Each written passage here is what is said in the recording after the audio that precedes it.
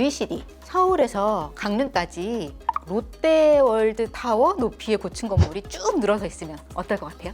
무슨 영화에 나오는 사람 되는 것 같은 맞아요. 약간 공상과학 영화? 그 사우디아라비아의 신도시 네옴시티에 주거지고 더 라인이 바로 그런 식으로 디자인이 되어 있는데요. 요즘 부자 나라 사우디가 더 라인 건설 자금이 모자라서 계획에 차질이 생겼다는 보도가 연이어 나오고 있습니다.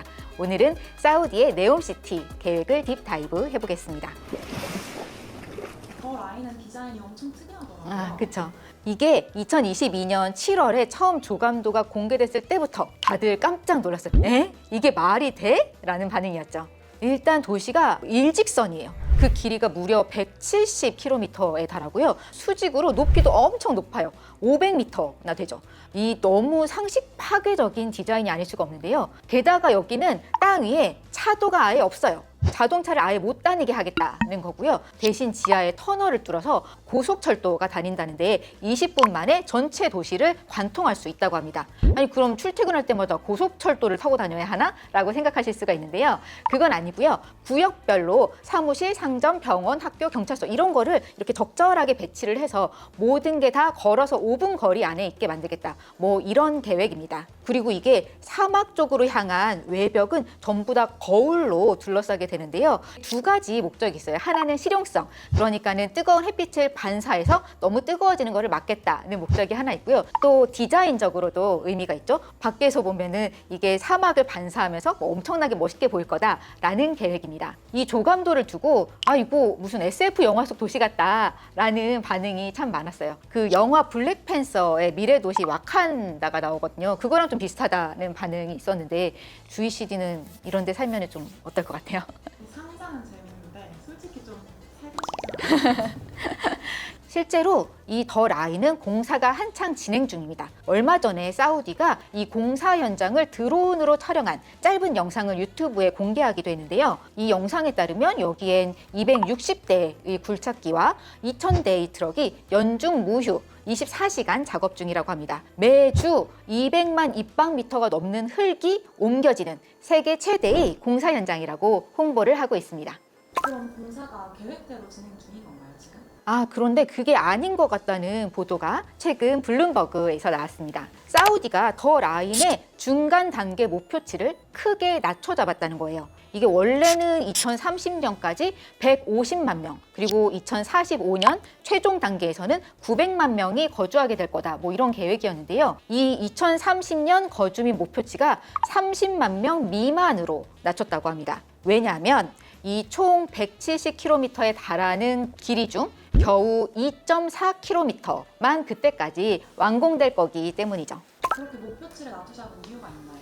이 보도 내용에 대해서 사우디가 아직까지 공식적인 입장을 낸 건 아니라서 뭐 정확하게까지 파악은 할 수 없지만 추측은 가능하죠. 이 공사 규모가 커도 너무 큰 거예요. 네옴시티 프로젝트에 참여한 적 있는 스페인의 마넬 산 로마 교수 지적이 좀 재밌는데요. 더 라인의 규모가 뉴욕에 있는 원 월드 트레이드 센터 8,000개와 맞먹는다는 거예요. 그런데 이 원 월드 트레이드 센터를 건설하는데 7년이 걸렸거든요.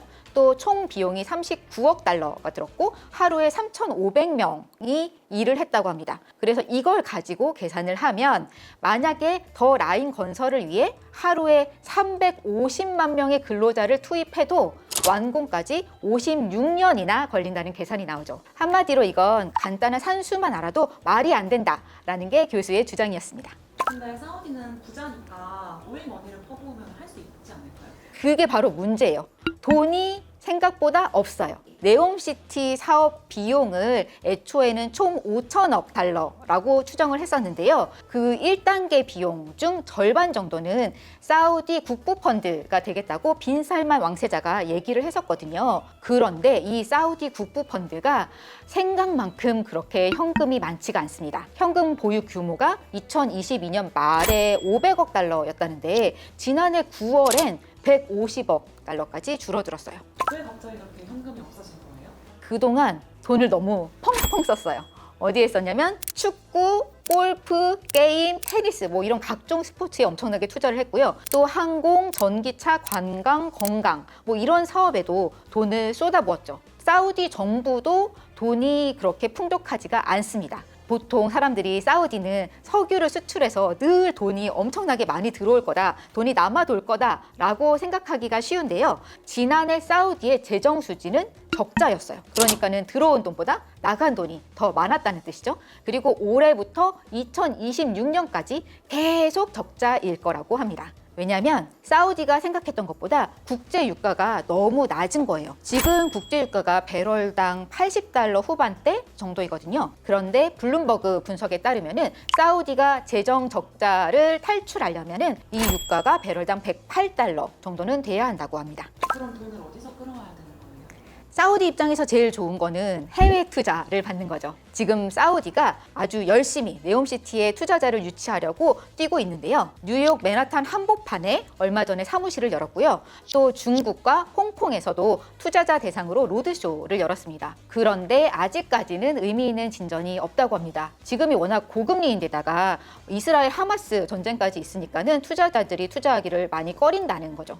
그럼 네옴시티 프로젝트 자체가 통째로 흔들릴 가능성이 있는 거예요? 사실 네옴시티 프로젝트는 처음부터 이게 될 리가 없어, 이거는 결코 완공되지 않을 거야 라는 사람들이 많기는 했는데요. 그래도 당장 단기간에 앞으로 1, 2년 안에 사우디가 이 투자금을 대지 못해서 공사가 중단될 거다, 뭐 이렇게까지 보는 시각은 아직까지는 없습니다. 왜냐하면 빈살만 왕세자가 아직 쓸 카드가 많이 남아있어요. 일단 국영 석유 기업 아람코 지분을 더 시장에 내다 팔 수도 있고요. 또 사우디는 국가 부채 비율이 엄청 낮거든요. 그러니까 국채를 더 팍팍 찍어내서 돈을 더 많이 빌려올 수도 있죠. 또 무엇보다 지금 80달러대인 석유 가격이 만약 더 많이 오른다면 단박에 문제를 해결할 수 있을지도 모릅니다. 여러분 생각은 어떠신가요? 댓글로 의견을 남겨주세요. 오늘 영상 재미있게 보셨다면 구독, 좋아요 부탁드립니다. 지금까지 딥다이브 한애란이었습니다.